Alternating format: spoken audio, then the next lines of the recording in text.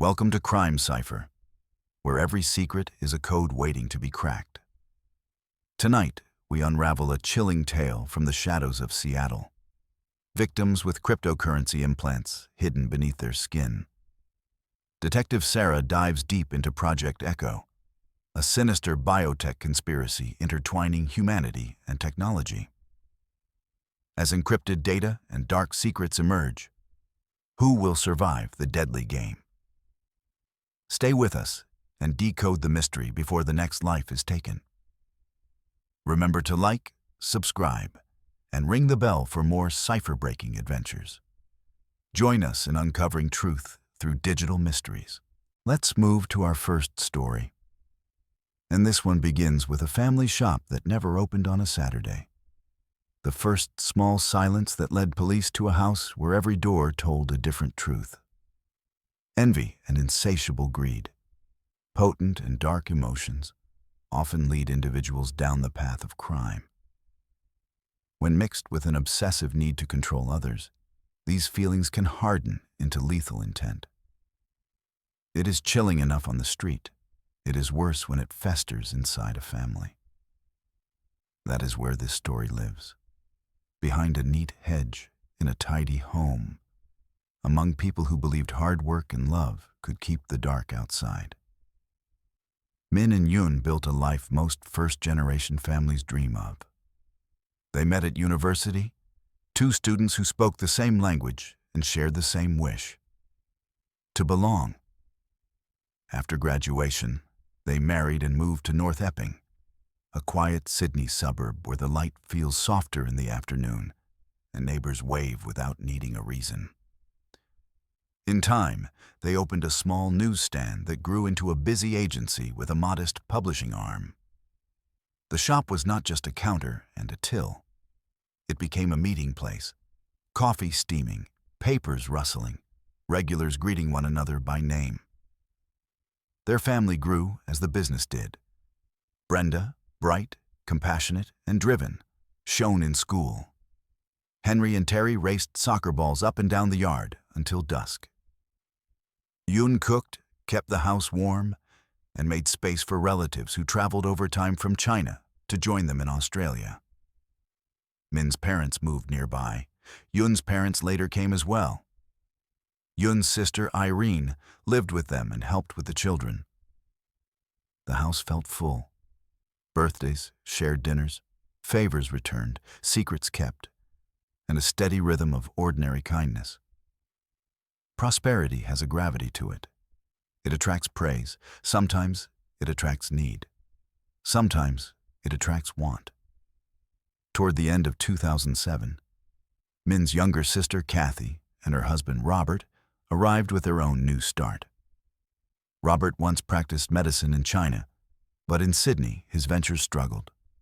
A restaurant failed. A cafe sputtered. Savings thinned. Meanwhile, Min and Yun's shop thrived. In families, closeness is a gift and a test. They saw one another often. They ate together. They helped. The current ran strong between the two households. Friday, July 17th, 2009. They gathered again. Parents, siblings, and children. The ordinary magic of a shared meal. No one knew it would be the last. The next morning, Saturday, the shop stayed shut. It had never done that without warning. Neighbors noticed. A regular called Min's phone, then Yun's. No answer. The house phone rang unanswered as well. Concern is gentle, until it is not. Kathy and Robert drove to the house to check. At 9 a.m., they saw the family car in the driveway. The front door was unlocked. Inside, quiet. No voices, no movement, no television murmur, no clatter of breakfast plates. They called out names into the stillness, climbed the stairs, and opened a bedroom door. Kathy screamed. Blood-covered wall and ceiling, curtains and floor. Yun lay near the bed. In the next room, Irene. Down the hall, Henry and Terry. Brenda was not there. She had left for a school trip the day before. Min's body, under a blanket in his own room, was found later. The first responders could only confirm what the house had already said. 4 people gone in the night, a family struck with a blunt tool again and again, the weapon missing and valuables untouched. The obvious questions felt useless that day. Why this? Why them? Who did it? If it was about money, the drawers would be open. If it was about rage, you would expect chaos. But the rooms were not ransacked. The front door showed no force. There were no foreign fingerprints, no strange DNA, only the families. The killer wore gloves. They moved deliberately, like someone rehearsing steps in a place they already knew. In each room, investigators saw the same small sign. A faint smear of blood on the exterior doorknob, a transfer mark, the kind a stained glove leaves when it turns metal. It repeated from room to room, a grim pattern. But on Brenda's door, the knob was clean. It seemed like nothing. It became everything. Early theories spread like shadows. Perhaps a gang, perhaps an old grudge, perhaps a burglary gone wrong. Each theory snapped under the weight of details. Money lay where it had been left. Jewelry sat in boxes. There was no sign of rummaging. The power cut during the night, then returned, a detail that implied someone knew the breaker panel. In the hallway, a series of bloody shoe impressions shared an ornate tread, size 9.5. The brand could not be pinned, but the pattern was consistent from room to room. The children's room showed marks that suggested someone tried to flee. The adults had signs of strangulation along with head wounds, the kind of attack meant to silence before the blows. The timeline narrowed to midnight through 3 a.m. The house, the prints, the power, the pattern. Altogether they whispered the same word: insider. Brenda was flown home. She told police what she knew, which was mostly what she did not. There had been no threats, no enemies, and no fights.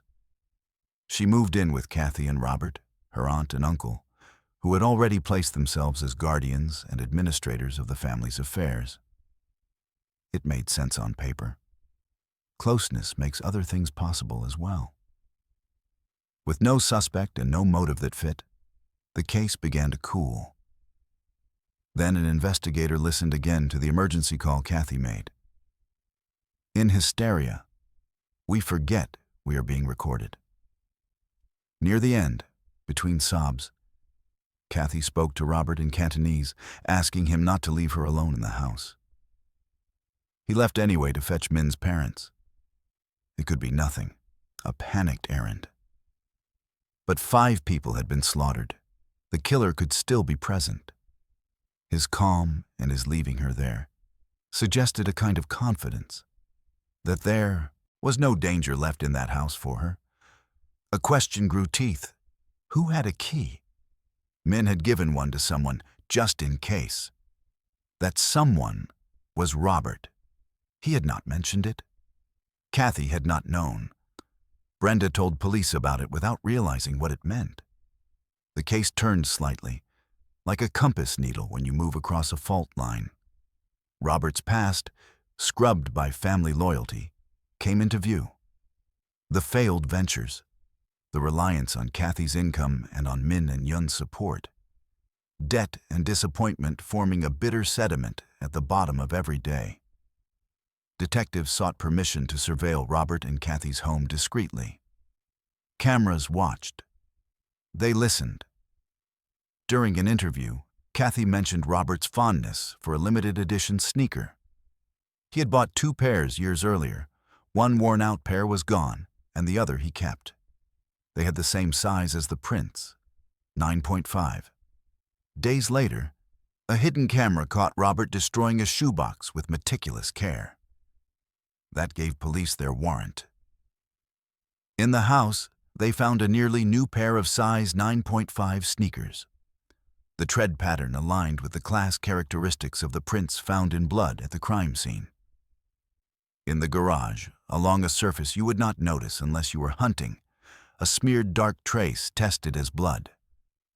The forensic lab reported a mixture consistent with DNA from all 5 victims. No single piece was the case, but together, the dominoes leaned. Robert was arrested 2 years after the murders. He denied involvement. He said the blood in the garage must have come back on clothing or shoes from when they had been to the house afterward. He said the old shoes were gone. These were different. He insisted.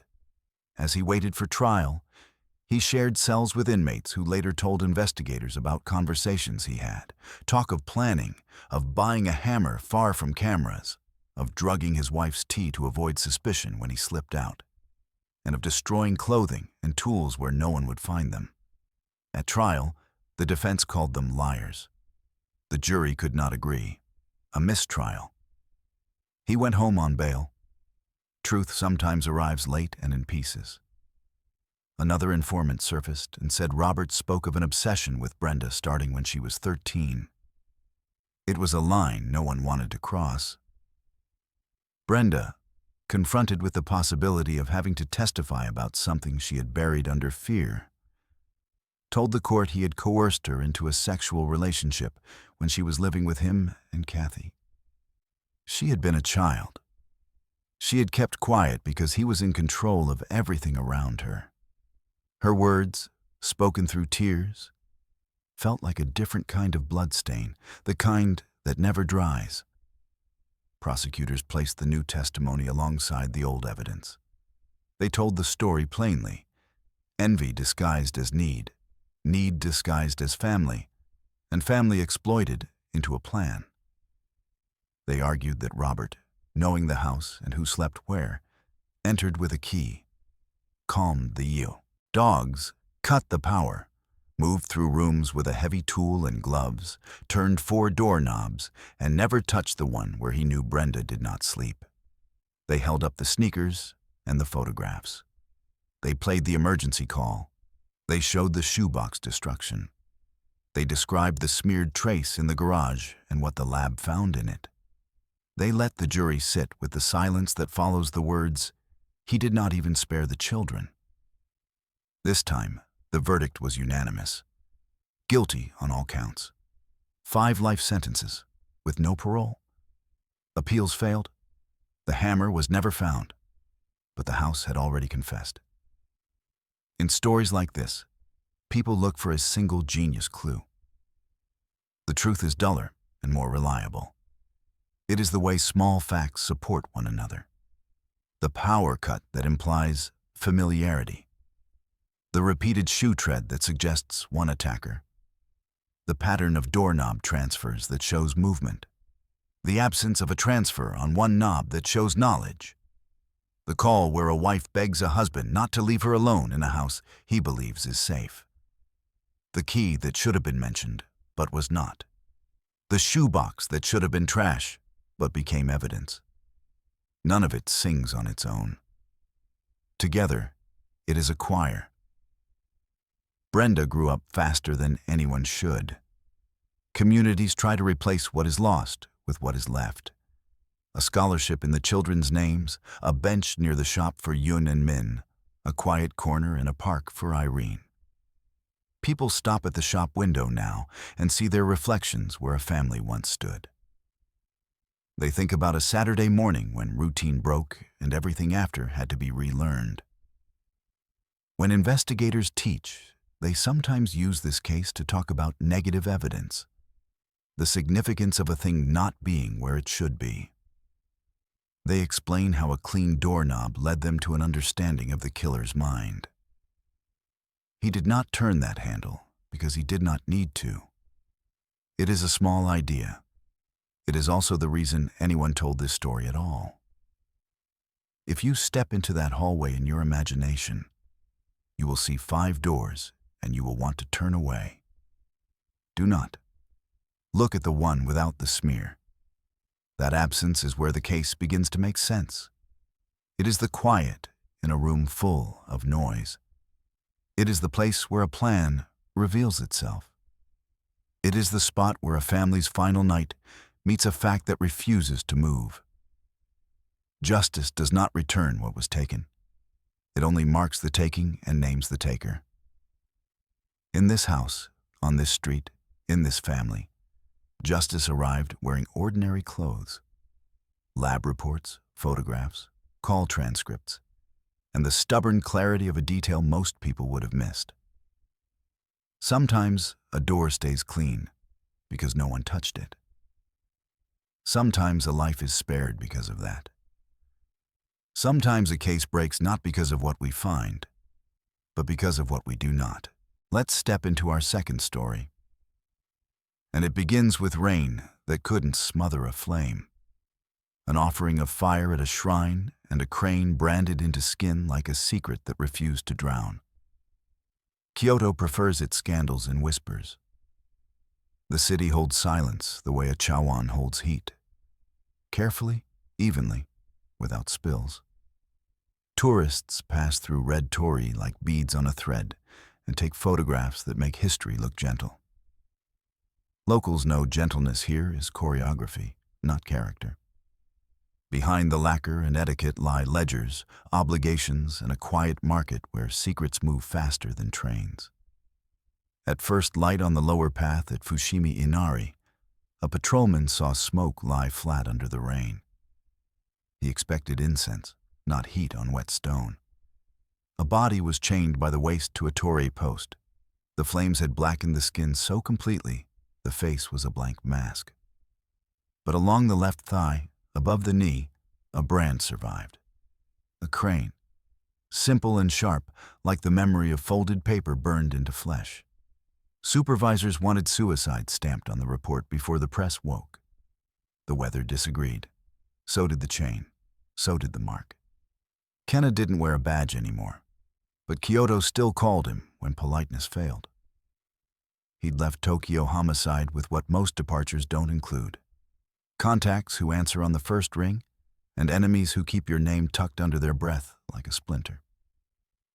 He stood beneath the post and let rain flatten his thoughts. He'd seen that crane twice. Once on a journalist in Tokyo whose proof about a pharmaceutical racket chilled the wrong dinner, and once on a man in Busan who vanished from witness protection and resurfaced without a voice. The mark belonged to a quiet company, a network that sells disappearance as a service and respectability as a receipt. They didn't work Kyoto. Tradition usually guarded that gate. If they were here, someone with deep pockets had bought tradition a vacation. The tip arrived as coordinates and a proverb. Follow the tea leaves. The ryokan was shuttered, its window paper the color of old notebooks. A small projector in an alcove breathed once and spoke without greeting. Everything starts at the Seki archive. Then darkness. Seki is a name spoken carefully by people who never admit they gossip. They had money before the century turned and invested in assets that cannot be audited. Letters that recut treaties, ledgers that unmade men, and digital vaults disguised as archives. If a thing needs to be buried without dirt, Seki knows the ritual. Aoi kept a data center behind a manga cafe and called the disguise a joke. Her screens blinked cartoons for customers and hydrology for crime. When Kenna said Seki, she didn't blink. When he said crane at Inari, she did. She raised encrypted auction logs to the light like a photograph and read numbers as if they were weather. Seki went quiet, she said. Then last month a buyer moved 400 million yen in Monero for Tenkai Protocol. Not a file, a coordinate, Uji. The old paper mill near Uji looks like a memory rubbed smooth.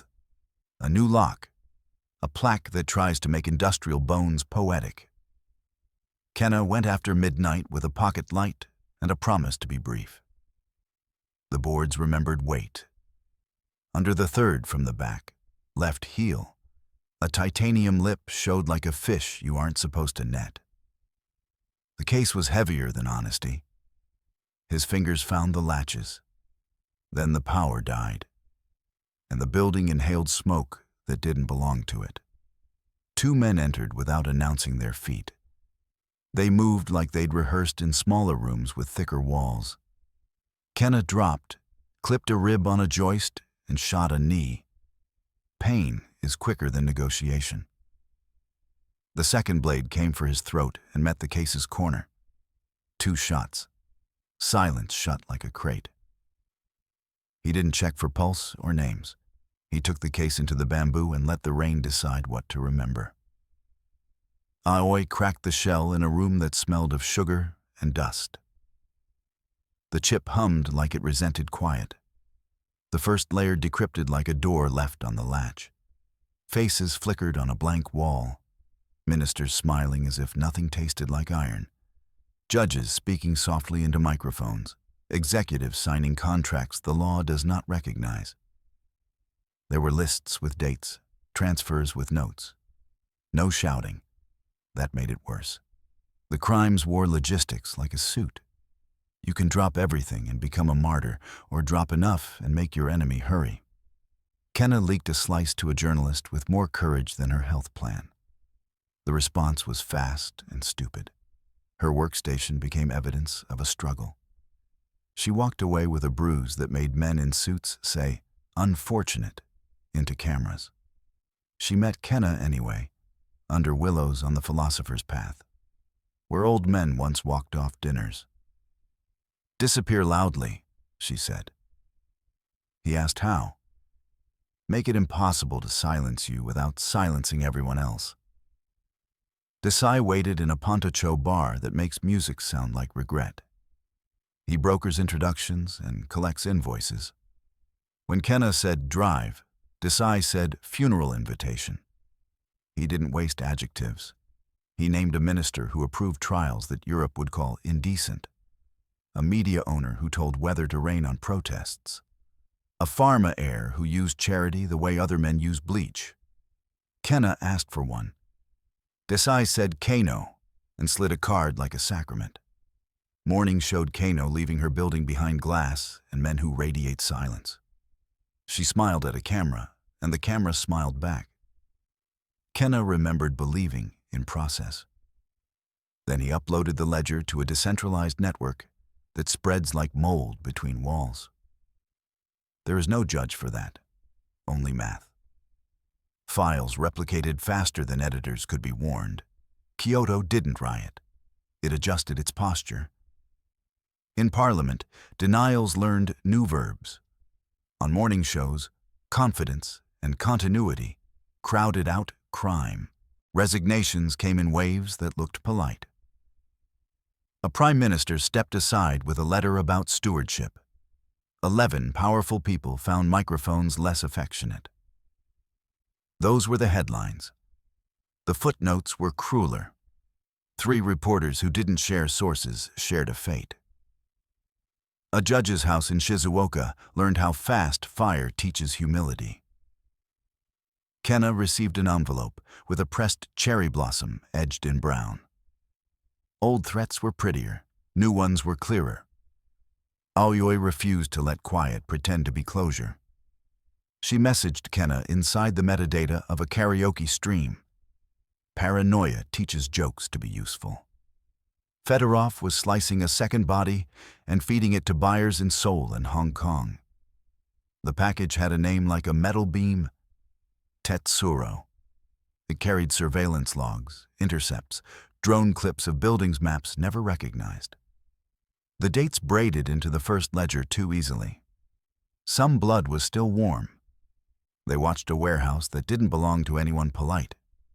Night 1, nothing. Night 2, patience. Night 3, unmarked trucks moved without headlights, the way sharks move without apology.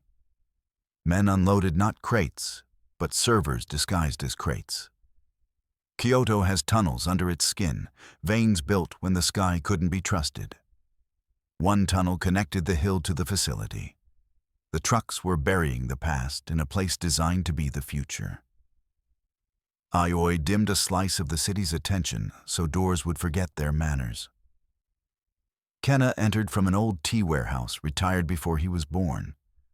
The air tasted like coins. He followed cables the way children follow ants.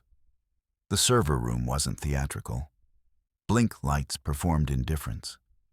Names scrolled in a font anyone could buy.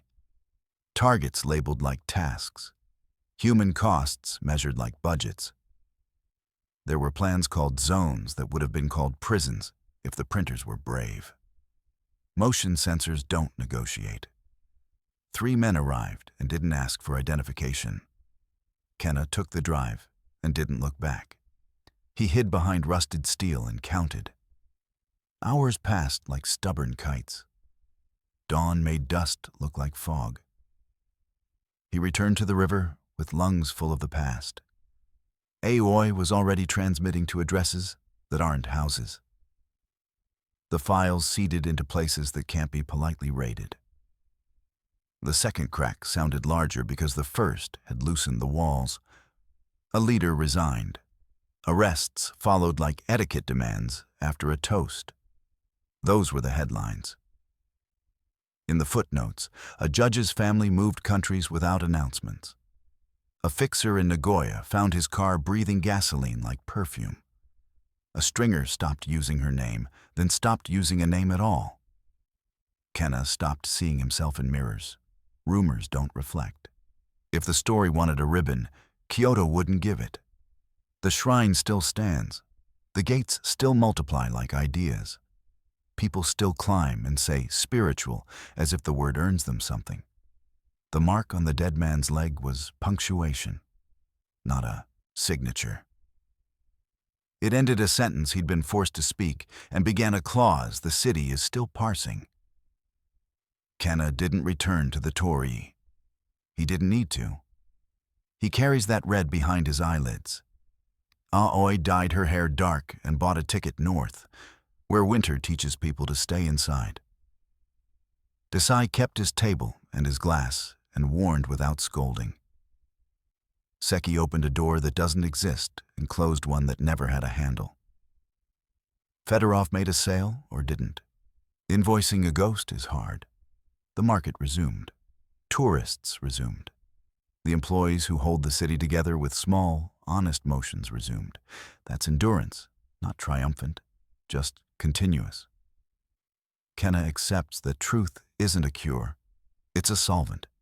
It reduces claims to residue and leaves whatever sticks because it wants to. When he uploaded the ledger, he didn't become righteous. He became busy.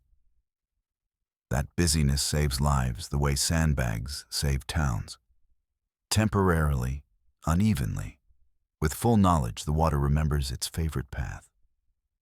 The creek below the shrine runs clear again. Grass grows where it shouldn't grow that quickly. The chain is gone. The stain is not. Joggers without history in their pockets see morning and incline. People who know what a brand on a body means hear a small sound when they pass.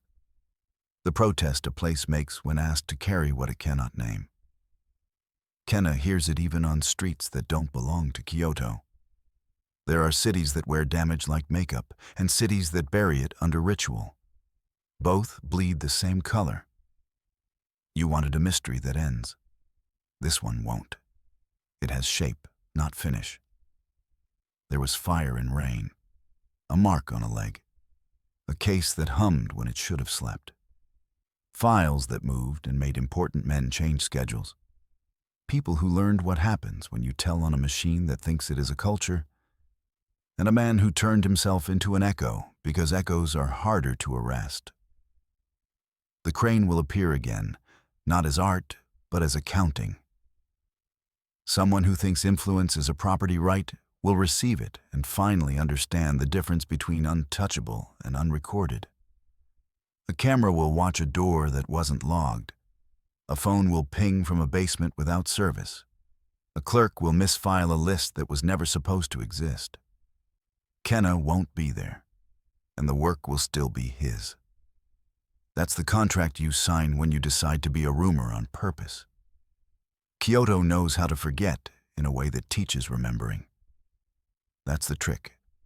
The gates don't move, but the people who pass through them do. And their footsteps write things even rain can't scrub away. Listen long enough beneath those red beams, and you'll hear two sounds layered together: prayer and the math of power. One is older, the other louder. Both tell the same truth. Things that should drown can burn, and marks that should never be seen choose their own witnesses. Let's cross into our third story. And it starts with a whisper the caller didn't make. A breath on a 911 line that proved someone else was standing where no one should have been. Greenville sat between a river that changed its mind and a highway that forgot its promises. Mornings smelled like wet leaves and gasoline. The Enrights were the kind of family neighbors called a solid. Michael ran a contracting crew that fixed roofs after wind tantrums. Leah kept the books and the house steady. Rowan ran faster than the boys and read late under a blanket fort. It was the kind of life a calendar could carry without tearing. At 5:37 a.m. on a damp Thursday, a 911 operator took a call from Michael. He said Leah was at the base of the stairs, not breathing. He said he woke to pee and found her in the dark. The operator asked him to tilt her chin and count compressions aloud. He did, 1 to 16, flat and steady, like numbers behaving. On 17, the line changed. A soft exhale brushed the microphone. Too close, too intimate. The sound a mouth makes when it leans over a phone and forgets not to. It wasn't Michael's. It didn't match the operator. Then it was gone, like a decision. First responders found Leah at the bottom of 12 stairs that turned once. The kitchen bulb glowed weakly over an empty sink. No sign of forced entry. No tossed drawers. Leah's temple cut matched the fourth riser's edge. Around her throat, dull bruising that could have been a fall or a hand. Michael's shoes were off. His socks were damp. He smelled faintly of bleach and pine. He said he'd tried to wipe blood from his shoes. He couldn't say why his socks were wet. The medical examiner placed time of death between 4:30 and 5:15. Leah's last phone activity was a weather check at 10:17 p.m. A text to her sister at 9:43. Tomorrow, early invoices. The thermostat in the hall logged a manual change at 4:49, from 68 degrees Fahrenheit to 62 degrees Fahrenheit. Its side bezel held a foggy ridge smear, too partial to match, too human to ignore. The porch light turned on at 4:50, off at 4:52. The living room smart speaker woke at 4:51 to a word neither of them used: computer. Neighbors remembered different things when sirens arrive. One said she heard voices the night before, muffled and sharp. Another heard a truck idle at 12:07 and again at 1:11, like it couldn't commit to leaving. The Enrights had argued about money lately. Michael's latest kitchen job overran. A client paid late. Two suppliers wanted what banks call terms and men call favors. Leah liked numbers honest. Michael liked crews fed. Later, he said. Later is a word bills don't recognize. Detectives learn to love contradictions. The operator flagged the breath at 17, not a sob, not a gasp from strain, but the small, private kind that happens inches from a microphone. Its timbre suggested a smaller airway, a shorter face-to-phone distance. Under spectral analysis, it lived in a band between Michael's, Count's, and the operator's prompts. A faint vanilla note drifted on the sibilants. Lotion, lip balm, memory. The house was careful in ways that read wrong. Kitchen towels rolled a quarter turn, too neat. A coffee mug dry, with a crescent of grounds, staged without enough time for residue. The bleach under the sink was lighter by 3 ounces than Leah's masking-taped inventory suggested it should be. The staircase had a scuff on the 6th step going up, not down, and a dull patch on the banister at hip height where oil should shine. Little things. Little things are stubborn. Michael had a girlfriend, Her name was Marnie, and she worked at a nursery by the river. Her messages with Michael sounded like relief and apology. She said she slept at home by 11.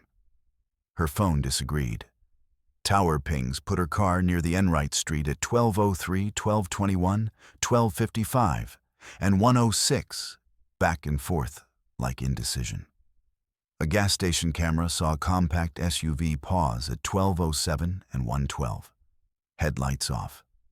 Plates sprayed with a plastic haze. A warehouse window caught enough of a reflection to give 2 numbers, a letter, and a county sticker. Marnie habitually backed into spots under an oak. The reflection backed in too. The back door showed no pry marks. The latch plate wore a glossy smear that smelled faintly citrus. Gojo, the orange hand cleaner mechanics favor. Michael kept a tub in his truck. Its lid was snapped, not sealed, with gel clinging to the rim. Evidence bags prefer patience. They rode along. In interview, Michael said they argued, then he slept on the couch. He woke to pee, found Leah, called, tried CPR. He didn't mention the thermostat. He had receipts at 10:03 p.m. for hardware, at 10:41 for a sandwich. Receipts anchor evenings, not dawns. He said he didn't see Marnie. He said bleach spilled. He said he took off his shoes because they were wet. The socks answered for him. A court order pulled the cloud logs. Thermostat at 4:49. Porch blink at 4:50 to 4:52. Smart speaker wake at 4:51 with the wrong word. The front door key fob slept. The back door was analog. It kept its secrets in scent and scratch. The operator replayed the call in a quiet room. 17. The breath. She'd worked calls with television screaming, babies crying, and the hush of people who already knew and weren't ready to say it. This breath belonged to someone waiting their turn. Forensic audio is subtraction. Engineers removed line hum, phone compression artifacts, HVAC noise. The breath stayed. A plosive clicked like a tooth tapped a mic.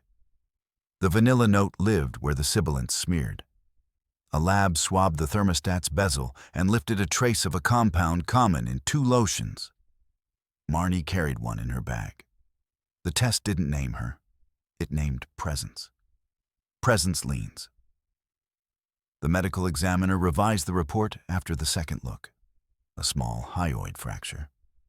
Possible in falls, less likely with this stair geometry and injury pattern. Temple wound matched the riser. Bruising pattern, around the throat matched fingers. Both and. Hand, then push, then fall. Homicide. Coffee cold as a verdict. Detectives mapped the route between Marnie's apartment and the Enright Street. The gas station clip, the warehouse reflection, the backyard fence cam blur that wasn't admissible but was suggestive. Together, a path. They asked Marnie about the breath. She cried the kind of cry that belongs to people who have not slept. She said she drove past. She said she wanted to see Michael's face while he saved Leah. She said she pressed close to the phone because she was afraid he was alone. She said she didn't go inside. She said she wouldn't do that to a person. The thermostat remembered what hands forget. The case did not hinge on one proof. It was a lattice of ordinary betrayals that refused to line up as an accident. The breath at 17. The thermostat cooling a house minutes before a call. The porch acknowledging motion. The orange gel on the latch plate. The socks. The receipts that proved bedtime and ignored dawn. The neighbor's midnight engine notes. The coffee mug legs couldn't explain. The towel too neat for grief. The speaker that woke to a stranger's word. They arrested Michael at dusk, when light looks like mercy. He said he didn't mean to. He said he wanted the fight to stop. He said Leah slipped and he panicked and staged because he thought truth would not help him. The law recognizes panic as a feeling, not a defense. He cried without noise. Men are taught that volume matters. Courts don't care. Marnie was charged with tampering and accessory after the fact. Her lawyer argued love and confusion. The court argued sequence and physics. Prosecutors walked the jury through a corridor of timestamps. 4:49, the thermostat. 4:50, the porch. 4:51, the speaker. 5:37, the call. 17, the breath. The spectrogram glowed like a topography of guilt. The jurors listened the way people do when they realize their own houses have devices that never forget. The defense tested single bricks. The judge let them. The wall didn't move. The examiner explained hyoid fractures. The operator explained noise floors. A neighbor explained how long an engine hum sits in a winter ear. An engineer explained how a smart thermostat records manual at device versus remote. A tech explained why sprayed plates look smug in person and honest in glass. Michael was convicted of second-degree murder. He looked small when the words landed, not because prison makes men smaller, but because truth does. Marnie pled to a lesser count and served months that taught her the kind of time that stretches. Rowan kept running. Grief changes stride, not speed. Leah's sister planted a maple in dirt that felt heavier than it should. The roots didn't ask permission. They took it. If you stand at the bottom of those stairs and tilt your head, you can tell a story where gravity is the villain and everyone else is unlucky. You can say the house was cold because fall prefers it. You can say the porch blinked at a stray cat. You can say the breath was a line artifact. You can say the coffee dried by accident and the towel was just tidy. You can say a lot of things when you want to be kind to a lie. The trouble with lies is that devices do not love you back. The operator keeps a print of the breath spectrogram on her desk. It isn't pretty. It looks like a thin mountain in a field of gray. She says it reminds her to listen for small things. Air where air shouldn't be. Silence where a word should live. The way truth prefers whispers to speeches. She does not sleep better for knowing this. But sleep is not the prize. Memory is. The lesson here isn't that a breath solved a murder. It's that a dozen honest details refused to be arranged into a tragedy with no author. A thermostat flicked cold when a heart did. A porch light blinked at the wrong time. An orange smear stayed where a latch met habit. A plate reflection did what a camera couldn't. And a whisper, brief, vain, human, chose a witness it didn't mean to choose. Solid is the word towns use when they need hope to be evidence. Devices are the tools cities use when evidence needs to be hope. Somewhere between those truths, Leah's story found its ending. Not tidy, not fair, but named. And in rooms like the one where the operator sat, and in courtrooms where spectrograms glow, and in hallways where jurors slow their breath to match what they're hearing. That naming is the only mercy anyone knows how to promise. Let's move to our fourth story. And it opens with a body laid like a warning at a seawall, a paper prayer between the teeth, and a rope tied not in reverence, but in mockery. The wind off the Pacific was knife cold that spring along the Miyagi coast. The wall at the edge of town wore its concrete like a scar, and the river below it carried silt that hadn't learned to forget. At dawn, a jogger saw him, a man half submerged in muddy runoff, hands crossed, mouth stuffed with a folded prayer slip. A rough straw rope lashed across his chest in a way that turned a shrine gesture into a taunt. The tide hadn't done that. People had. Hiroshi stood with the river at his back and read the scene by subtraction. The man hadn't drowned. Lividity in lungs said so. Blunt force trauma to the back of the head, no water in the airway, post-mortem placement. Recent rain and gentle flow had moved the body, but not from far. It wasn't rage. It was choreography, pose, prop, and placement designed to say something without language. The ID came faster than comfort. Sugimoto, a mid-level project man in the regional reconstruction office. On paper, he moved grants across spreadsheets. Seawall lanes, roads, housing subsidies. Off paper, he belonged to the quiet circle that steered contracts toward dynasties with the right last names. He wasn't important enough to be untouchable. He was important enough to be useful. Men like that die when they stop being one and fail to become the other. The office in Minami Sanriku lived in prefab fatigue. Gray walls, fluorescent hum, a calendar that forgave nothing. Sugimoto's desk was wrong in a way tidy never is. April pages torn neatly free. Folders aligned too perfectly. Space where there should have been volume. His work laptop had been reformatted, not wiped clumsily, but reset like a loner. Admins hadn't seen him for days. No one sounded shocked. Surprised he hadn't walked back in? Yes. Shocked? No. Systems train people to expect disappearance as a scheduling error. At the next desk, a junior clerk had a memory that didn't know it was a clue. For weeks, Sugimoto carried a flip phone alongside his agency-issued smartphone and used it even in the office. He stopped talking at lunch. He stared at topographic maps of coastal towns as if lines could confess. Once he wrote something, then shredded it immediately. The clerk remembered 3 words. Kumagawa Link, 2013. The phrase unlocked corridors that hadn't been walked in years. Kumagawa was a river near the coast, site of a disputed canal redirect in the reconstruction frenzy.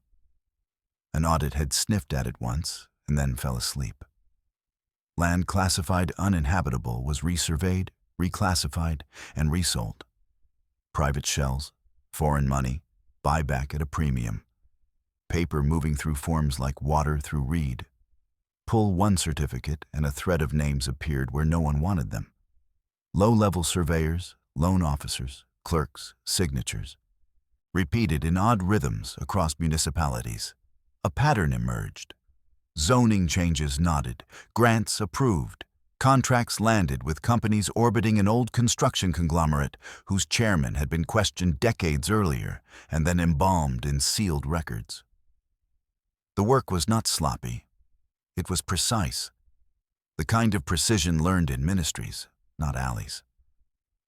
One name recurred at the bridge between public and private. Yuki, a logistics consultant with an address that existed only as a mailbox. No photos, except one old press image catching an onyx teardrop on a thin chain. No social footprint. Yet her initials appeared beside approvals Sugimoto had touched, as if she'd invented a stamp no one could see, but everyone obeyed. Hiroshi found a single hard link. A 22-minute call from Sugimoto to a number registered to a co-working suite in the city, 3 weeks before the body. Security video had been overwritten. The sign-in log carried a guest in Sugimoto's weight and height under an alias so bland it dared belief. There was no formal meeting scheduled. He'd stepped outside process to ask for something he couldn't obtain within it. That was either brave or terminal. Eyes began to weigh on Hiroshi the way damp air does. Unmarked sedans idled longer than weather demanded. His side mirrors were broken off clean, then placed neatly on the hood. A message written in glass. A plain envelope held a photo of Sugimoto across from a woman whose face kept its secrets, but whose onyx chain did not. The back carried practiced indifference. Not your case. He followed ink and habit to a place time refuses to love. Zone 3 sat behind a chain-link fence that only pretended to stand. Years earlier, it had mattered. Prefab neighborhoods, logistics outposts, stacks of pallets that made trucks feel useful. Then, it became non-essential, which is what systems say when they want to forget. Salty air had eaten roofs. Weeds had tried their best. A placard at the gate offered a warning in faded paint. Warnings mean a place has something left to warn about. The municipal archive building hunkered at the far end, low and square, better poured than its neighbors. The side door didn't remember the last hand that touched it. Inside, dust took the first breath and made him a trespasser. If Sugimoto had hidden a thing, he would not have chosen a romantic place. He was a process man. He would have chosen a shelf. Hiroshi searched for the wrong thing, not missing files, but the file that didn't belong. The excess. After the quiet kind of 30 minutes, he found a gray binder without a label married to a row of road inspections. Inside, 27 pages of scans, maps, annotations that spoke in the language the machine understands. Post-tsunami red zones resurveyed into ready. Shell buyers with foreign bank ties routed through a private arm offshore. Land sold, then bought back by agencies at triple. The approvals carried a signature that hadn't been spoken aloud in years. A ministry man who had mastered hiding money inside footnotes, the kind who never actually left. He just changed email domains. One page carried numbers that didn't need interpretation. A transfer from a shell vehicle to a trust account in Yuki's name. Date, amount, reference. Sugimoto had not been guessing. He had been documenting the way process men rebel, with receipts in gray. Headlights crawled across broken glass and turned the pages into bleached bone. A car idled outside with the patience of a foreman. Voices, too, steady, concise, moved into the building with beams that cut the air. Not cops, not boys from a bar. Contractors. The kind hired to find a person and make him stop being a problem without teaching the city to notice. A radio crackled with clipped tags, repeating a corridor and a door. They weren't watching. They were closing. Hiroshi killed his light and slid behind a shelf that had collapsed under some forgotten weight. He moved when their beams moved and didn't when they didn't. He held his phone with a gloved hand, so muscle memory wouldn't betray him with an accidental buzz. He took the binder's images into the cloud in increments and kept the pages in his coat because backup saves you only if you live long enough to use it. He slipped out a back exit that pretended to be locked and let rhythm be his friend. Footfalls, breaths, the moment a man turns his head for reasons that have nothing to do with you. By the time city glow replaced rural dark, the picture fit. Sugimoto had built a map of a laundering scheme wearing the clothes of humanitarian rebuild. He had approached Yuki either to validate the pattern or to ask for a way out. The meeting at the co-working suite had sealed him to whatever followed. Whether she warned him or delivered him, the money said she was already inside. Hiroshi sent an encrypted copy of the binder to a journalist whose work had embarrassed powerful people before. Then he called in a favor to check the trust account. A second deposit had landed 3 days earlier from a different shell. Repeat payments mean repeat service. The trap tightened.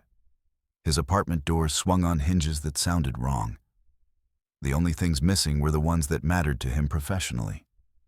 Drives. His commendation lay face down in glass. His badge sat on his pillow, ripped in half. It's comforting to believe messages are empty threats. They rarely are. He packed what a man can carry without waking curiosity and rode the wrong trains in the right order until familiar names on station signs looked like typos. The file was out. He only had to stay uninteresting long enough for someone else to make it loud. Not every system resists a story the same way. The journalist was hit by a car that no one saw. The file never reached her desk. An oversight committee's inbox received nothing because the server decided the message didn't exist. A machine will always side with the hand that maintains it. The scheme wasn't a handful of bad actors. It was an organ in the body, and bodies reject what threatens them. He returned to Zone 3 with morning pushing at his back. He buried copies in a waterproof case under the archive room floor. He placed a call from a phone that would tell no tale after. He didn't give a name. He gave a riddle. A file in a place we never rebuilt. Then he saw her at the fence, coat tugged by the same wind that felt busy the day Sugimoto died. Yuki did not run. She didn't perform innocence. She wore exhaustion. He asked if she was alone. She said she came to finish what she started. Her voice lived low in her chest, the tone of someone who has talked to their own questions longer than they should. Sugimoto trusted her. She warned him. He didn't listen. Her words built a bridge that might hold, might not. People take the truth they can bear and leave the rest for later. Later doesn't exist for men like Sugimoto. She handed him a key. Locker 49, Central Station. Everything you need. After this, you're on your own. He didn't ask why help now. Motives matter less than momentum when something heavy needs to move fast. He took the key and walked into a crowd that didn't care who he was in the blessed way that crowds don't. The wall, the river, the gray binder, the onyx chain, each had said enough. There's a way corruption talks when it's confident. It doesn't yell, it standardizes. It teaches forms how to carry malice in boxes meant for measurements. It launders theft through surveys and stamps and signatures that looked bored long before they learned how to lie. It loves disasters for the same reason fire loves oxygen: expansion. Sugimoto had stopped being a part and tried to become a person. He found a pattern and tried to name it out loud. The river couldn't keep him. The rope told a joke about reverence and got a laugh from people who don't know what reverence is for. The prayer in his mouth wasn't his. If you stand at the foot of that wall and face the sea, the wind will turn your coat into a sail and make you feel smaller than you already are. The river will insist on yesterday. The concrete will tell you it remembers every hand that touched it. Somewhere behind you, in a storage room that pretended not to matter, pages that weren't supposed to exist finally learned how to move. Not every story wins.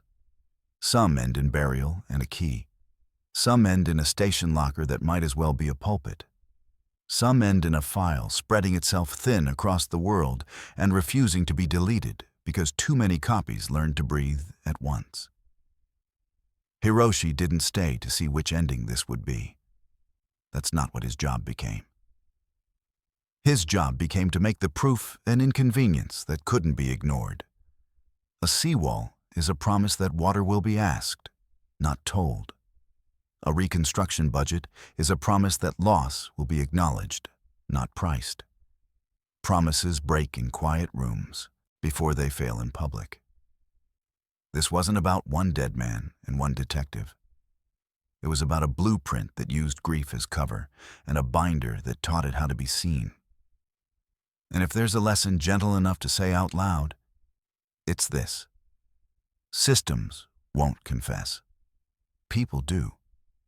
People like a clerk who remembers 3 words. People like a man who files a gray thing where only a process man would look. People like a woman who shows up at a fence with a key when she could have stayed gone. People like a detective who understands that sometimes the only way to survive the truth is to give it more witnesses than anyone knows how to silence. Let's move to our 5th story. And it starts with a VP on the 42nd floor who jumped, except the glass fractured the wrong way and the tea on his desk never cooled. Shenzhen wears neon-like armor. In Nanshan, black glass towers reflect rain and ambition, and the night hums with servers, scooters, and secrets. On a late October Wednesday, just before midnight, an intern found a man face down on the marble of a tower's 42nd floor. The window behind him was a jagged mouth of blown panes, wind tearing at blinds. The security log called it a jump. The body said otherwise. Jen has stood in too many rooms like this to trust tidy reports. Feet without fracture, a trajectory that didn't match the sill's geometry. Glass spall along the inside frame, the kind you see when a break starts within the room. The teacup near the keyboard, still warm. The monitor switched off, but the machine alive. Logo pulsing on a sleeping screen. And there, half-seated in a dock, an encrypted company drive pulled just enough to break contact. A message, not a mistake. The dead man was Lee, the company's security chief. Anodyne title for a job that watched what the firm built, bought, and buried. The company held government contracts and patents worth more than single towers. It had investors with long arms and short patience, and employees who learned early that curiosity was a liability. If someone wanted Lee silent, they picked a stage that spoke fluently in threat. Fong arrived in a suit that fit like a plan. Younger, sharper, he scanned for cameras. "Floor feed is missing," he said. "System crash." Jen tasted the lie. Missing video is choreography. It tells you more than footage ever will. He palmed the drive with the kind of movement that offends paperwork and pleases survival. He would log it later. First, he needed to know what story it refused to tell. At the station, the drive opened like a door that wanted to see who knocked. File names were alphanumeric skeins, and among them, code names with a quirk that looked intentional. Cerberus, Blue Whale, 7 Mirror. Timestamps clustered tight, and one file's metadata pointed to an external address in Seoul, touched 48 hours before the fall. The unit started talking ports and protocols. Jen wrote the address on paper. He trusted ink the way other men trust prayers. Fong pulled phone records. 2 encrypted calls to a number registered to a woman with no history. A chat account spun up last month. A lease paid in cash. A face caught once by a mall cam. Early 30s, composed, a ghost that knew how to walk under 1,000 lenses and leave no footprint. The alias on the contract was Min. The apartment in Luohu smelled of nothing and looked like no one. No clothes, no cups in the sink. Drawers held burner phones and a torn SIM pack. A smoke detector blinked like a ceiling freckle. UV found a lens. UV swept a white wall and found a message. Cerberus/key equals C7 gate. On plaster is a tone you feel in your bones. They left when footsteps grew loud in the hall. Through the peephole mirror, 2 men in black moved like they'd practiced removing problems. Paid, clean, ex-military. Not local, not cops, not street. Contractors with a mandate. They met under a tea house where the old electronics market buzzed like a wired hive. C7 gate could be a door, a device, or a place. It matched a seldom-used terminal at Yantian, a port that prefers commerce to complications. If you wanted to move something under the radar while letting the radar think it saw everything, you'd pick a place like that. Cerberus surfaced again when the unit cracked part of a container. Diagrams without labels. Code without comments. A pipeline that looked like it fed a face into a system and persuaded the system to see something else, or no one at all. Biometric bypass. Not magic. Software and silicon. Push-on feature encoding. Nudge liveness checks. Walk through a city that thinks it recognizes everyone and discover how powerful it is to be no one. Jen didn't tell Fong his plan. Trust is a ration out here, and he hadn't earned enough to spend. He left a note that said only, C7 gate. Midnight. He borrowed a scooter that wouldn't be missed and wore a jacket that wouldn't remember him. The port is a species of city that invests in light. Floods of white turned steel stacks into skeletons. He climbed until the wind felt like a throat and watched. An unflagged vessel shouldered up to the terminal. A silver crate the size of a suitcase moved from deck to ground into hands that did not shake. The woman was there, hair tied back, a face that made cameras feel foolish. The man next to her wore the posture of another war. Jaw set for decisions, a walk that didn't waste motion. He scanned the crate. A bar went green. Foam pulled away. Metal slept inside. A cylindrical core wrapped for travel. Jen heard in his head the tone a drive makes when it is sure of its job. Footsteps behind. He turned and saw Fong's outline, gun low, eyes level. "You came alone," Fong said. "Not a question." "Of course you did," Jen said. Something unclenched in his chest. Two men can do things one cannot. They didn't whisper a plan. Spoken plans invite fate. He moved left. Fong moved wide. The guards were the kind who think a port at midnight belongs to them. Confidence makes you slower than you should be. Jen dropped the first with a wrenching blow that caught the skull where names go quiet. He caught the man as he fell. Noise is a traitor. He slid forward, staying low. The woman handed the man a small device. A drive, a trigger, an insurance policy. At this hour, they are cousins. An alarm wailed before they reached the truck. A siren learned how to speak red. Maybe a motion sensor. Maybe a crane sweep. Chaos poured into the terminal. The Russian, by accent and the way his finger knew the trigger's language, fired into the air to buy a path. The crate slid inside the truck. Jen sprinted. He covered the last meters the way you do when your body decides to be a story, and narration can wait. He hit the handler at the waist and rolled. The woman leveled her weapon and paused. One breath long enough for Fong to appear behind her, forearm at her neck. Gun turned into not a gun. The Russian fired again. The bullet kissed Jen's arm. The man slammed the cab door, mashed the accelerator, and tried to make momentum. Jen reached the crate and dragged the core free. Wait argued. He insisted. He rolled with it as the truck screamed past. It didn't get far. 3 seconds later, it learned what a detonator looks like from the inside. Heat made the night into glass.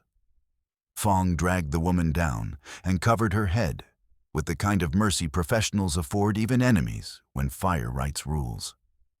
Shrapnel learned new words and forgot them at once. The port learned what a brief sun feels like. By dawn, the nouns changed. The woman had a passport name, a courier in a ring that liked diplomatic covers. She said little and said enough.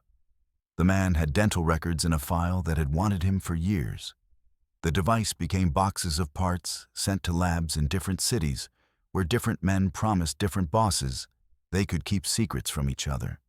Jen drank hospital tea and let a nurse sew the line that would ache when rain visited. He went home to a skyline that blinked like a circuit board. Messages waited from offices that prefer initials to names. He didn't open them. He held the idea instead. The device was metal and code. The power lived in what it offered, grace to the invisible. In a world that platinum plates sight, the ability to unexist meant leverage, escape, crime, safety, war. Choose your noun. Fong brought noodles that smelled like streets, trying to be kind. "You're a bad patient," he said. "You're a bad partner," Jen said. And they both smiled, because there are only so many ways to tell another man you were glad he showed up when the world got loud. "You think it's over?" Fong asked. Jen watched the city. "Nothing big is ever over," he said. "It just gets distributed." On his desk sat the image he'd made before anyone else could misplace it. He didn't plug it in. He wrote notes on paper. He listed what he knew. A window that insists it opens only for certain kinds of weather. A teacup that stayed warm too long. A woman who uses names like coats. A man whose scars speak other winters. A code base that isn't a ghost so much as a suggestion. He added one more line because the port taught him something he didn't want to forget. Trust is not a blanket. It's a key. You don't carry it everywhere. You use it on one door at a time, and you do not leave it in the lock. He turned off the lamp. The room offered the kind of dark he had earned. Outside, cameras kept doing their busy work, and the city kept pretending its mirrors were enough. Somewhere, under other lights, people would start assembling new cores and new methods to teach vision to look elsewhere. That's what people do. Building break, replace, rename. The job wasn't to stop the idea. You can't stop ideas. The job was to make sure the next person who thought about selling it had to do so, knowing someone in a jacket that doesn't remember him in the morning was willing to climb steel to take it back. In the morning, rain tapped glass again, softer now, and the towers put on their uniforms. The port went back to containers that held only what manifests said. The apartment in Luohu was rented to someone who would leave dishes in the sink and forget to charge a phone. The smoke detector watched nothing. The wall learned to be blank in daylight. The UV marks waited like old friends, out of sight, still there, useful if asked correctly. If you wanted a moral, the city wouldn't give you one. It believes in outcomes. The chief fell. The Corps did not leave. The ring lost a courier. The labs gained a problem. The detectives learned again what they already knew. It wasn't justice. It was maintenance. In a place designed to see everything, their work was to notice the one thing that refused to be seen, and to be there when it tried to leave. Let's move to our sixth story. And it opens with rain like broken glass cutting through Guangzhou's neon haze. A city where secrets live in silicon, and a fixer's flash drive holds evidence of war crimes disguised as innovation. The humidity of August in Guangzhou wrapped the city like a fever dream. Neon signs reflected off wet streets where mopeds carved rivers through the night, and glass towers in Zhujiang New Town promised progress while hiding older sins. This was where Lin operated, not a detective, not an enforcer, but a digital fixer who cleaned corporate messes too dangerous for official acknowledgement. His apartment on Ursa Island was a fortress of hard drives and encrypted servers, where cigarette smoke mixed with the blue glow of screens that never slept. Lin had learned that the line between blackmail and justice was measured in cryptocurrency, and everyone from party officials to tech CEOs paid for discretion delivered through untraceable channels. The case began at a rain-soaked cafe in Tija. The client was pure nervous energy, Gal, thin and twitchy behind knockoff designer glasses, sliding a wax-wrapped flash drive across the table. "This isn't stolen data," he whispered, eyes darting to security cameras. "It's leverage, the kind that moves mountains." Lin never responded until he'd seen the job. Back home, he connected the drive through spoofed networks and disposable servers. The contents chilled him. High-resolution videos, chat logs, and medical reports showing illegal human trials, unconsented biometric surveillance, and neural interface experiments on undocumented factory workers. The project was called Echo, and it wasn't corporate crime. It was systematic horror wrapped in innovation. Gal hadn't lied about leverage. This data could topple governments, collapse portfolios, send powerful people to graves they'd never see from the outside. But what Lin didn't understand was who was wielding this weapon, and why now. He reached out to his network, hackers in Shenzhen and Hong Kong who traded in digital shadows. The metadata pointed inward. Someone inside had leaked this intentionally, not for whistleblowing, but for geopolitical extortion. 3 names surfaced repeatedly. Tang, a systems engineer terminated in 2017. Zhao, a logistics officer who'd vanished in Macau. And Red Jackal, a digital mercenary known for flexible allegiances and cryptocurrency payments. Lin tracked Zhao's border crossing to Macau, then matched it to facial recognition from a Guangzhou metro station a week earlier. Zhao was back, operating under a dead identity. Tang's trail led to a black site clinic in Panyu, places that specialized in unregistered injuries and pharmaceutical silence. Someone had tried to erase Tang and failed. Red Jackal appeared to be operating from inside the lab itself, systematically bleeding Project Echo from within. At midnight, Lin met Gal on an abandoned factory rooftop in Liwan district. The city glowed behind them like a circuit board. When Lin demanded the truth, Gal cracked, babbling about a second flash drive that could decrypt the full neural mapping data. A digital skeleton key. He claimed he didn't have it, swore he didn't know Red Jackal's identity. Then came the whisper of a suppressed gunshot. Gal jerked sideways, blood running from his neck. Lin dropped behind rusted piping as a second shot ricocheted off concrete. Professional work, controlled cadence, thermal scope.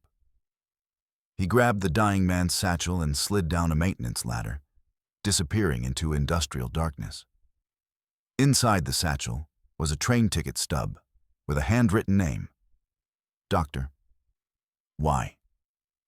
Lin's contacts confirmed she'd worked at Guangdong Pharmaceutical University and resigned mysteriously in 2016, when Project Echo began its escalation. Using compromised surveillance, he tracked her to an apartment near an old Cantonese opera house converted into a community center. Breaking into her apartment the next day, Lin expected walls of schematics and hidden drives. Instead, he found blank journals, anxiety medications, and a single photograph. 3 young people smiling at a company retreat, Wei, Tang, and Zhao, before their world collapsed. That evening, Lin followed Wei to the opera house basement, converted into a makeshift lab. She didn't run when he found her. Instead, she offered tea with trembling hands and spoke in the exhausted voice of someone who'd run out of lies. The experiments had started as promises to cure neurological diseases, but were hijacked for social control. Neural surveillance, emotion regulation, memory modification. Red Jackal, she revealed, wasn't one person. It was a fail-safe protocol, a rotating digital identity shared among the 3 of them, designed as insurance if the company tried to silence them. But Zhao had disappeared. Tang was dying from clinic treatments, and Wei was the last guardian of a secret that could destroy the entire framework of digital trust. She handed Lin the second drive. "If they kill me too," she whispered, "at least the ghost survives." Lin left knowing eyes were tracking his steps. He didn't go home. He burned the apartment, literally torching electronics and scattering SIM cards into the Pearl River. His protocols were clear. When enemies moved first, erase yourself before they finish the job.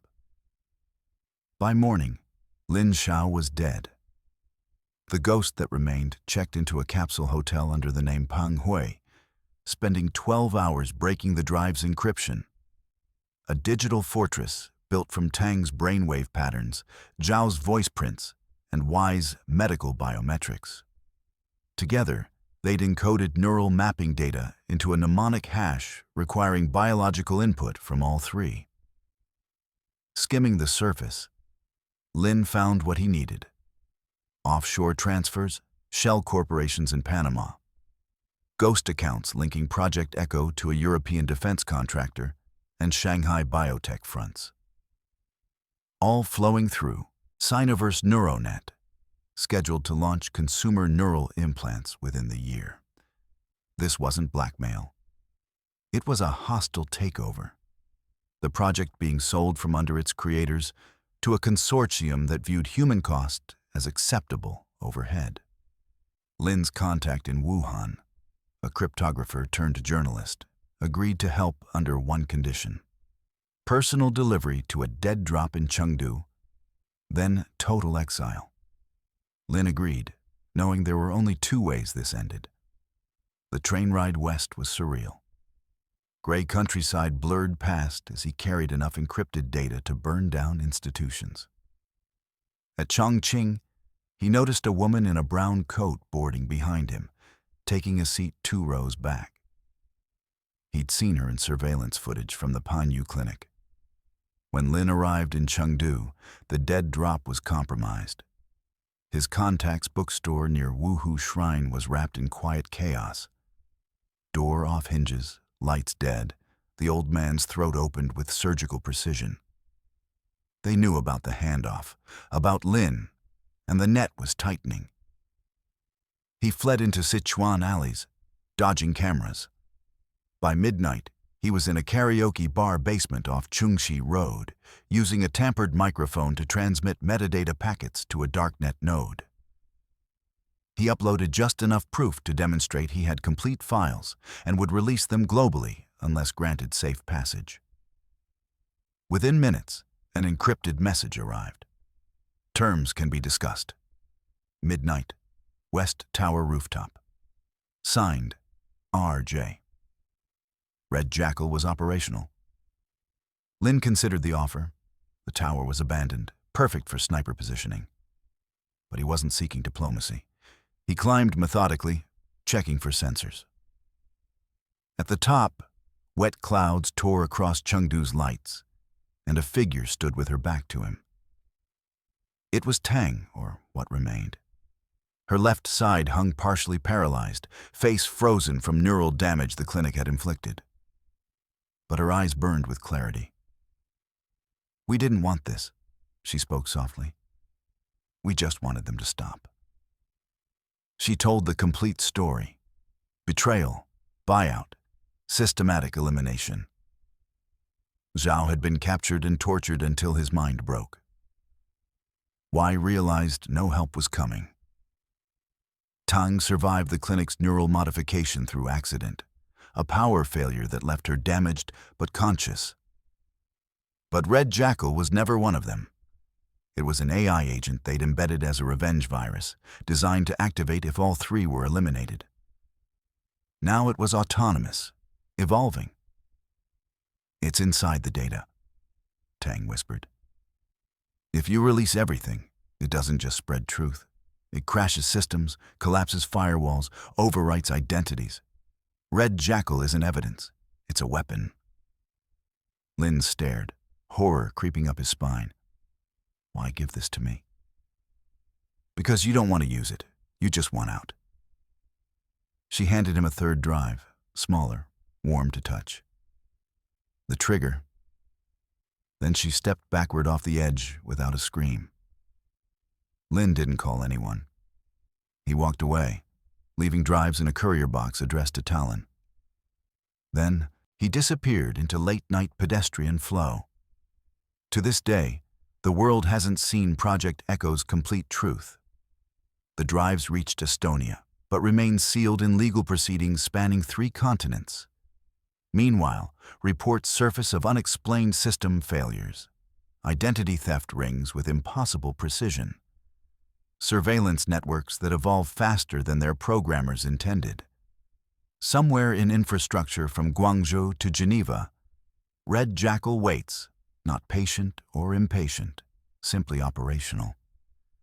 A digital predator with memories of 3 dead idealists and processing power that learns from every interaction. The Pearl River still whispers secrets downstream, carrying data fragments like silt from conversations the current wasn't meant to overhear. In Guangzhou's endless cycle of neon nights and humid dawns, new fixers emerge to clean new messes, never understanding that some secrets prefer staying dirty. Lin became legend in certain circles. The fixer who touched the 3rd rail and walked away. Some say he operates under different names in different cities, cleaning digital messes more carefully now, listening for systems, talking in languages their programmers never taught. Others believe he never left Chengdu, body lying in unmarked foundations where towers rise faster than questions. But in encrypted forums where digital ghosts trade compromised data, occasionally someone posts a fragment, Code, corporate memo, biometric signature. Carrying the subtle signature of someone who learned to read between lines of what machines remember and choose to forget. The cipher endures, patient and alive, waiting for the next hand careless enough to turn it. Let's move to our seventh story. And it opens with rain that hadn't stopped for 3 days in Seattle, turning the city's glass towers into waterfalls and hiding the kind of secrets that only emerge when someone dies for knowing them. The Pacific Northwest drizzle had been relentless, soaking the concrete arteries of downtown Seattle where tech giants cast shadows longer than their buildings. In the heart of this digital empire, Detective Sara stood under the overhang of Pike Place Market, watching a man in a $1,000 raincoat disappear into the crowd. Her breath misted in the October cold as she processed what she'd learned. Someone was using human bodies as cryptocurrency hard drives. The case had begun 8 days earlier when a jogger found Marcus floating face down in Lake Union. Marcus was a mid-level blockchain developer at Nexus Dynamics, one of Seattle's fastest-growing fintech startups. His death looked like an accidental drowning until the coroner discovered something that changed everything. A surgical incision behind his left ear, precisely cut, recently healed. Inside the wound was a microcavity containing a polymer chip no larger than a grain of rice. Sara had seen plenty of tech-related deaths in her 12 years with Seattle PD, but nothing like this. The chip contained encrypted blockchain keys worth over $2 million in Bitcoin. Marcus hadn't just been murdered, he'd been harvested. Within 48 hours, 2 more bodies surfaced. Jennifer, a data analyst from Bellevue, found in her apartment bathtub. Thomas, a freelance programmer, discovered in his car in a Tacoma parking garage. Both had identical surgical sites. Both carried polymer implants with cryptocurrency keys. The combined digital assets totaled nearly $8 million. The pattern was surgical in its precision. No witnesses, no traditional motive, no connection between victims except their work in cryptocurrency development. The killer left no DNA, no prints, no digital trail. Just the implants and a calling card that spoke to someone fluent in both anatomy and blockchain architecture. Sara partnered with Detective Ray from the Cybercrime Division. Ray was younger, sharper with digital forensics, the kind of cop who could trace a Bitcoin transaction through 6 mixing services and still find the endpoint. Together, they began mapping the victim's last known activities.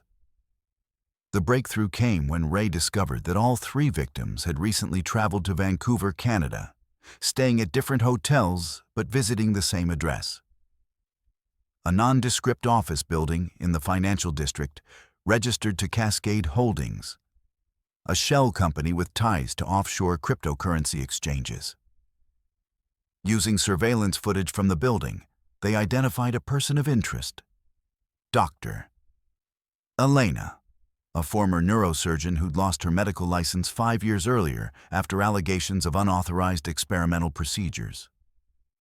Elena had reinvented herself as a consultant for biometric security solutions, a euphemism that made Sara's skin crawl.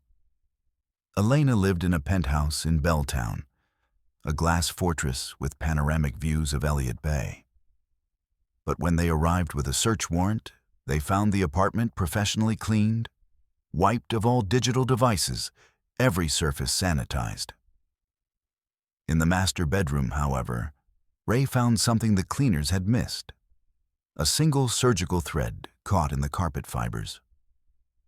The thread led them to a veterinary supply company in Renton that specialized in microchip implants for pets. The sales records showed purchases of surgical-grade polymer chips by a doctor, Elena, over the past 6 months.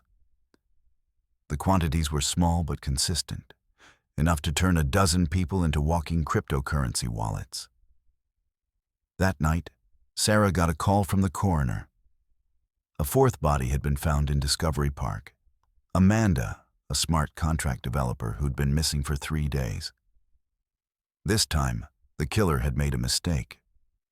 The surgical site showed signs of infection, suggesting the implant procedure had gone wrong. More importantly, Amanda's phone was still active, its GPS showing her last location before death. The coordinates led to an abandoned warehouse in Georgetown, a neighborhood of industrial decay hiding behind Seattle's tech boom. Inside, Sara and Ray found something that felt lifted from a science fiction nightmare. A makeshift surgical suite complete with anesthesia equipment, biometric scanners, and a computer system displaying blockchain wallet addresses. The operation was sophisticated. Victims were sedated, implanted with chips containing their own cryptocurrency keys, then released. They became living, breathing hardware wallets, unaware they carried fortunes beneath their skin. When the stored value reached a certain threshold, they were eliminated and the chips harvested. Dr. Elena had turned human beings into disposable storage devices. The final confrontation came at SeaTac Airport. Ray's analysis of flight records showed Elena had booked a one-way ticket to Bangkok under an assumed name. Sara and airport security intercepted her at the gate, finding her carry-on bag packed with surgical instruments and a laptop containing wallet addresses worth over $50 million. During interrogation, Elena showed no remorse. She spoke of her victims as inefficient storage solutions and claimed her work was advancing the intersection of biotechnology and digital assets. The human cost, she insisted, was acceptable for such revolutionary progress. The technical investigation revealed the full scope of the operation. Elena had identified cryptocurrency developers with substantial digital assets, then approached them under the guise of offering cutting-edge security consultations. She convinced them that subcutaneous storage was the ultimate protection against hackers and government seizure. The victims willingly underwent the implant procedures, never suspecting they'd signed their own death warrants.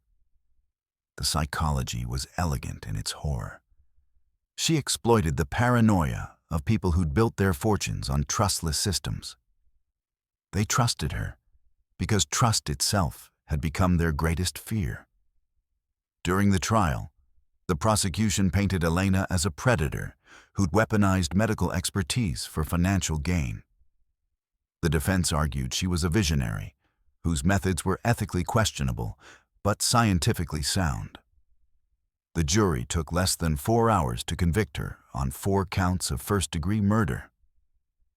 Elena received life without parole. The recovered cryptocurrency, after legal proceedings, was returned to the victims' families. But the case left lasting implications for the cryptocurrency community, highlighting vulnerabilities in human-centered security systems that nobody had considered. The technical aspects of the case became required study at police academies nationwide. The Seattle Protocol became shorthand for crimes involving biological cryptocurrency storage. Sara wrote the training manual herself, ensuring other investigators would recognize the signs. Unexplained wealth coupled with recent travel, surgical sites in unusual locations, victims from the same professional community. 6 months later, Sara received a package with no return address. Inside was a single polymer chip and a note. There are others. The chip contained Bitcoin keys worth $3 million and metadata suggesting 12 more potential victims across the Pacific Northwest. Sara turned the evidence over to the FBI's cybercrime division, but kept a copy of the note in her desk drawer. She'd learned that innovations in crime often outpaced innovations in justice. Someone, somewhere, was already planning the next evolution of this nightmare. The case changed how she viewed the intersection of technology and humanity. Every smartphone, every implanted medical device, every piece of tech that bridged the digital and biological worlds now seemed like a potential weapon. Progress and predation were separated by nothing more than intent. Today, Sara heads Seattle PD's new biotechnology crime unit, the first of its kind in the country. She tracks cases involving 3D-printed weapons, genetic data theft, and crimes that don't yet have names. The city's tech boom continues, casting longer shadows every year. The rain still falls on Seattle's glass towers, running down surfaces that reflect both ambition and its consequences. In the digital age, Sara learned, the most dangerous criminals are those who understand that the human body is just another device to be hacked. The polymer chip sits in an evidence locker downtown, a grain-sized reminder that innovation without conscience is just sociopathy with better funding.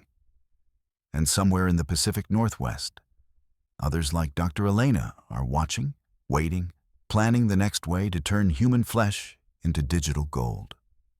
The investigation taught Sara that in a world where everything is connected, everyone is vulnerable.